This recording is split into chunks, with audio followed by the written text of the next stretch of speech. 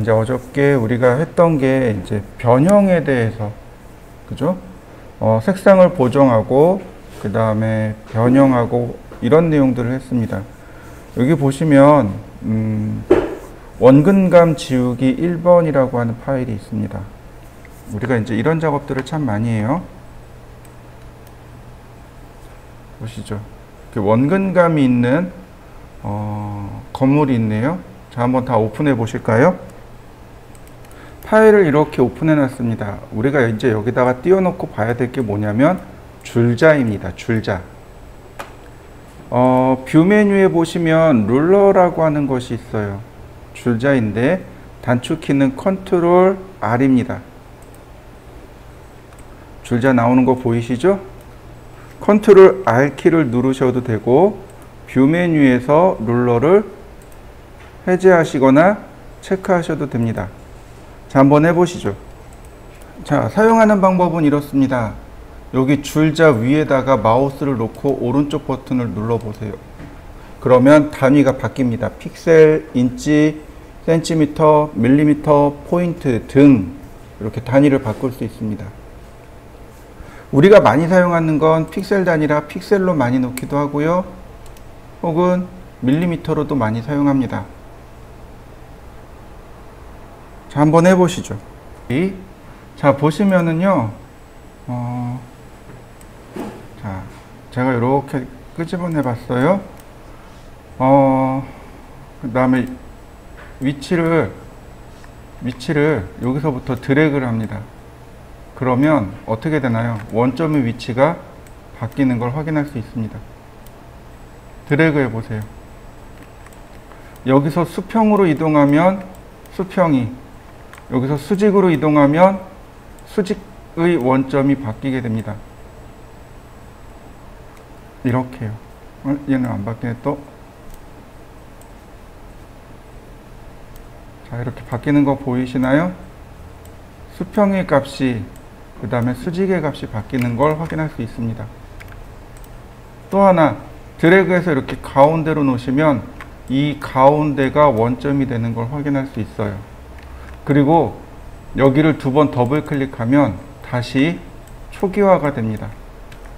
자, 한번 해보시죠. 그 다음에 또 볼 수 있는 게 뭐냐면 여기서부터 이렇게 일렬로 이렇게 쭉 끄집어내면 가이드가 이렇게 끄집어 나옵니다. 가이드가 나와요. 이런 식으로. 아까는 여기 원점에서 끄집어냈다면 지금은 줄자에서 이렇게 끄집어내는 겁니다. 그러면 이렇게 가이드들을 쭉 끄집어내서 우리가 이 가이드를 보고 작업을 할 수 있게 됩니다. 이 가이드를 지우는 건 바로 여기 랍 가이드, 클리어 가이드, 네, 뉴 가이드. 자, 클리어 가이드 눌러주시면 가이드를 전부 다 삭제할 수 있고요. 다시 한번 보자면 이렇게요. 자, 이 상태에서 가이드, 자, 이동 툴을 선택하고 가이드 위로 올라가면 아이콘이 이렇게 바뀝니다. 자, 아이콘이 이렇게 바뀌어요. 이 상태에서 드래그해서 룰러 바깥으로 드랍. 다시 볼까요? 드래그를 시작해서 룰러 바깥으로 드랍. 그러면 가이드를 한 개씩 삭제할 수도 있고 아까처럼 클리어 가이드를 이용하면 전부 다 삭제할 수 있습니다. 자, 한번 해보시죠. 자, 그러면 이런 식으로도 많이 써요. 가이드를 이렇게 끄집어 내놓고 확대를 합니다. 그 다음 마큐 툴을 지정한 다음에 드래그를 하면 이렇게 마큐 툴이 스냅이 걸려요. 이렇게 스냅이 걸립니다. 왜 그러냐면 여기 스냅 되어지라고 체크되어 있거든요. 자, 픽셀이 조금 어긋나 있으면 스냅이 안 걸려요. 자, 이런 식으로 조금 삐뚤어집니다. 가이드가 스냅의 위치가 아니기 때문에 그래요. 자, 이런 거는 지금 중간에 있는 거죠. 픽셀 중간에 가이드가 들어가 있기 때문에 이래요. 픽셀 중간에 가이드가 있는 겁니다. 그래서 지금 같은 경우는 이렇게 가이드가 그러니까 스냅이 이렇게 걸리는 거예요. 자, 보세요. 픽셀로 놓으면 픽셀의 위치가 중간에 있는 거 보이시나요? 그리고 원래 여기인데 가이드를 쭉 끄집어내 보면 가이드가 원래는 여기 와야 돼요. 여기하고 여기하고 여기가 픽셀이란 말이죠. 요 세 개의 선 중 맨 오른쪽과 왼쪽이 픽셀이 위치한 자리고 지금 제가 그냥 갖다 놓은 자리가 중간인 거죠. 그러니까 마크 툴을 이용해서 드래그를 하면 어떻게 돼요? 오른쪽 픽셀 가이드에 걸리던가 왼쪽 가이드에 걸리던가 이렇게 돼야 된단 말이죠. 이건 이상한 게 아니고 픽셀과 밀리미터가 다르기 때문에 그래요. 자, 여러분들도 이렇게 가이드를 만들어 놓고 마크 툴을 한번 연결해 보시죠. 자, 이번엔 이걸 반대로 할 수도 있습니다. 어떻게 하냐면 마크 툴을 먼저 이렇게 그려요. 그 다음에 가이드를 이렇게 갖다 대면 가이드에 스냅이 있어 가지고 내가 원하는 대로 이렇게 금방 가이드를 맞출 수 있습니다. 그러니까 두 가지 방법이 있는 거죠. 가이드를 끄집어내 놓고 마크나 혹은 다른 것들을 맞추는 거죠. 반대로 다른 거에다가 이 가이드를 맞추는 거죠. 자, 이런 식이 될 수 있습니다. 자, 먼저 가이드를 다 지워볼까요? 클리어 가이드. 그 다음에 다른 이미지를 여기다가 제가 불러서 올려놓아 봤습니다. 자, 이렇게요. 이미지를 갖다 놨어요. 지금 레이어죠? 이것도 지금 레이어를 선택해 놓은 상태에서는 가이드가 이렇게 스냅이 걸려요. 자요. 레이어를 선택하지 않으면 스냅이 안 걸립니다. 그런데 지금 보시면 이렇게 다른 레이어를 선택했단 말이에요. 다른 레이어를 선택했어요. 그러면 이렇게 스냅이 안 걸립니다. 그러나 해당 레이어를 선택하면 해당 레이어에 이렇게 가이드를 붙여 넣을 수 있습니다. 자, 한번 해보시죠. 또 하나, 이렇게 레이어의 경우 컨트롤 키를 누른 상태에서 레이어를 클릭해주면 레이어에 있는 객체만큼 정확하게 셀렉트 해줍니다. 셀렉트하는 방법이에요. 자, 가이드를 제가 지우고 컨트롤 키를 클릭한 상태에서 레이어를 클릭하면 레이어에 있는 내용만큼만 딱 선택을 하게 됩니다. 이건 여러 가지 사용하는 방법들이니까 꼭 기억하시면 좋겠습니다. 자, 이렇게 해서 갖다 대면, 마우스로 이렇게 갖다 대면 포인트가 얼마씩 떨어져 있는지 체크해 줘요. 그래서 금방 위치를 파악할 수 있는 거죠. 자, 그 다음에 이동 툴에서 화살표 키를 하나씩 누르면 1픽셀씩 움직입니다. 지금 움직이는 게 1픽셀씩 움직이는데 화살표 키를 누르면 그래요. 한 번씩 눌러주시면 돼요. 그 다음에 Shift 키를 눌러주세요. 10개의 픽셀씩, 10픽셀씩 한 번에 움직이게 됩니다.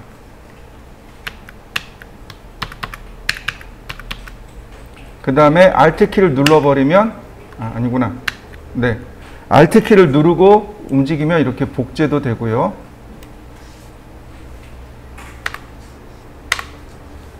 자, 한번 해보시죠. 자, 그러면 레이어를 복제를 하고요. 자, 가이드를 이렇게 끄집어내 놓을 건데 얘가 원근감에 의하면 대략 여기쯤 쭉 내려오면 여기쯤이 원점이 될 거예요.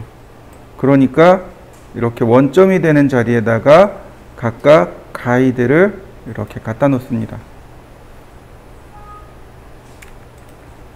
자, 그 다음, 자, 컨트롤 T죠?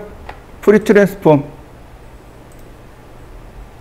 그 다음, 자, 퍼스펙티브를 이용하면 됩니다. 퍼스펙티브는 원근감 주기죠? 이렇게 좌우가 똑같이 커지는 거죠. 이렇게 원근감 주기. 자, 원근감을 주다 보니까 얘가 이렇게 밑으로 주저앉는 걸 볼 수 있습니다. 원래의 높이는 여기에요. 자, 컨트롤 T, 퍼스펙티브. 그래서 스케일로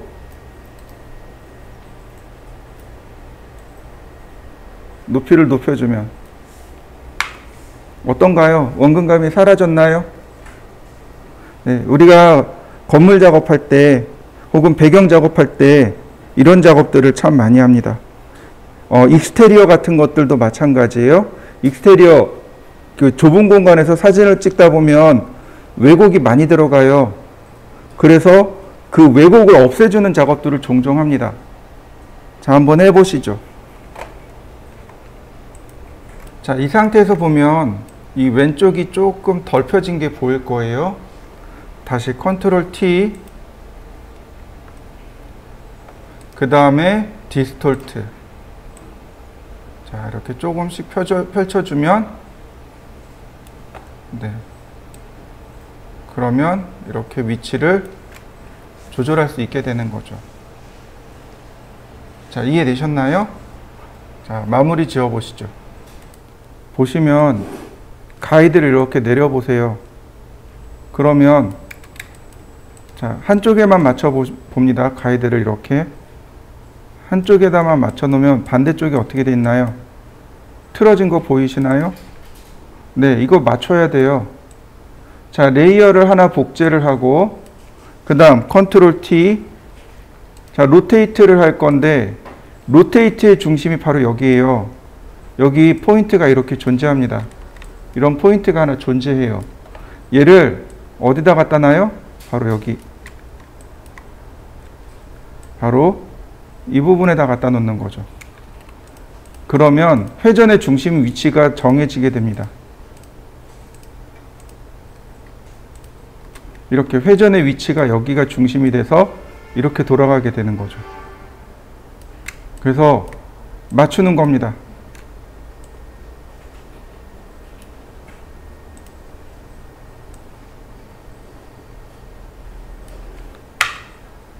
그러면 이렇게 수평선의 위치가 맞아들겠죠.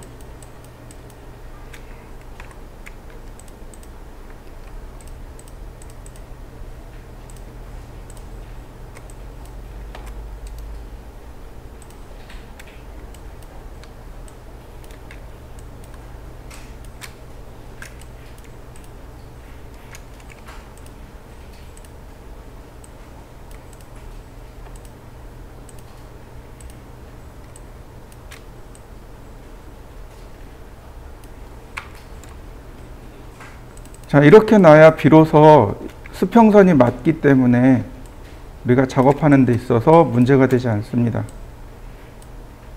손도면 같은 경우는 혹은 이렇게 스캔 받아온 도면들은 이렇게 수평 수직선이 삐뚤어져 있는 경우가 많아요.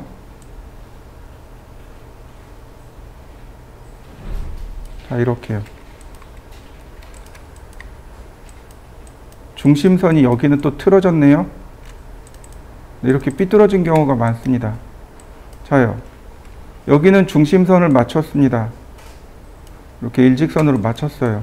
수평선은 중심선이 맞아요. 그런데 어떻게 되나요? 아래쪽으로 내려가니까 중심선의 위치가 이렇게 틀어져 있는 거 보이시나요? 네.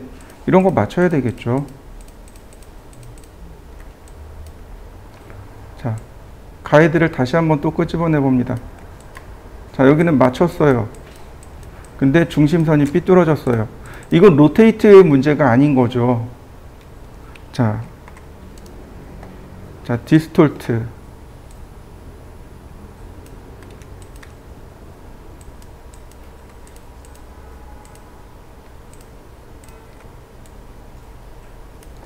혹은 스큐.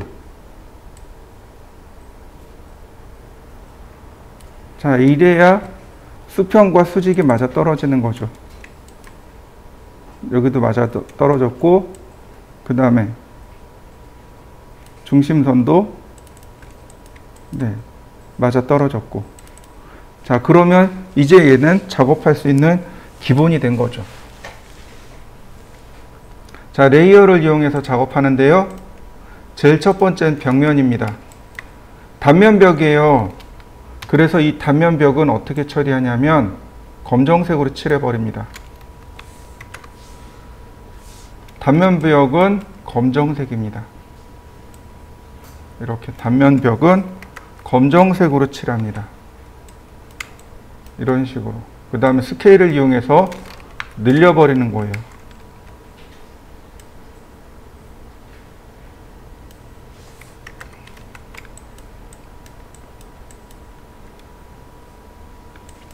자, 요만큼만 선택한 다음 컨트롤 T를 눌러서 스케일로 늘려버리는 겁니다. 이런 식으로. 그러면 중간에 여기 비잖아요. 지우면 되죠. 물론 조금 더 지워도 돼요. 이런 식으로. 왜냐하면 스케일 명령을 이용해서 늘릴 거거든요. 이렇게요. 스케일 명령을 이용해서 늘리는 겁니다.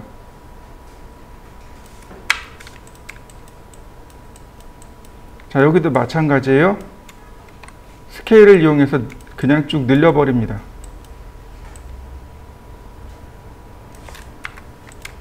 그럼 여기 문 부분 있죠? 약간 크게 해서 지우고 다시 스케일로 위치 맞추고.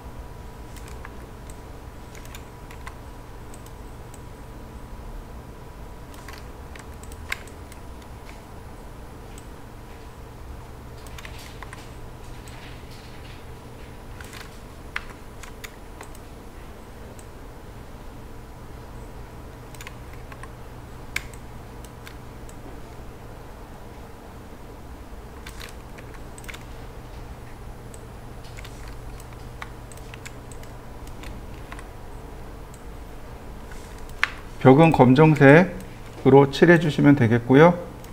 나머지 다시 한번 벽면을 맞추시면 됩니다.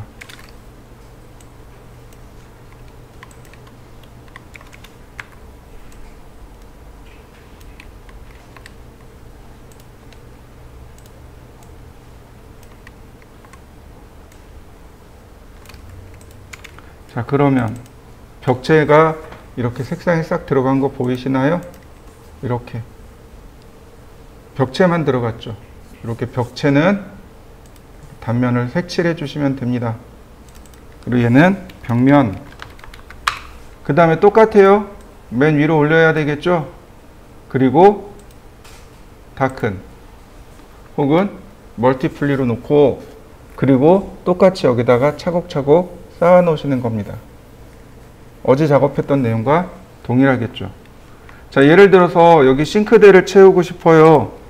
그러면 싱크대 상판 제가 여기다 놨단 말이죠. 자, 크게 맞추고, 자, 싱크대 상판이죠. 자, 우리 마스크 배웠으니까 마스크를 이용해서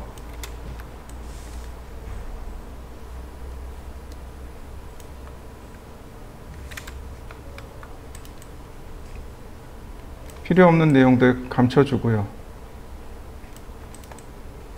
어떤 건 그림을 그리겠지만 그림을 그리는 것보다 지금처럼 실제 제품을 이렇게 갖다 놓는 게 더 유리할 수도 있단 말이죠. 자, 이렇게 싱크대 상판을 갖다 놓으니까 어떻게 돼요? 실제 상판이 있는 것처럼 보이나요? 이렇게. 자, 이런 재질들을 가져다 여기다가 전부 다 쌓아서 실제 하늘에서 본 것처럼 만드시면 됩니다. 이게 오늘 과제입니다. 자, 시작하시죠.